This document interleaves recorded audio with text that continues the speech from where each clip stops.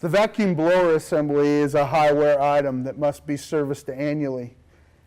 It draws air from each of the seed beaters, which includes dirt, talc, and foreign material, which then goes through this blower, causing this impeller to wear out.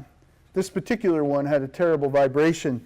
I tore it apart to find that it had talc buildup and weeds wrapped around the ends of it, causing it to be out of balance.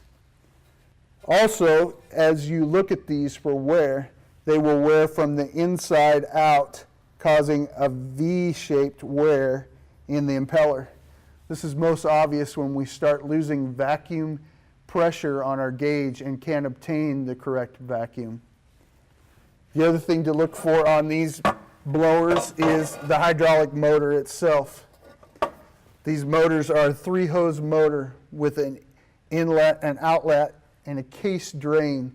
It's very important to make sure that this case drain is in place, and it is important to shut these off in the float position so that they can freewheel and don't deadhead stop.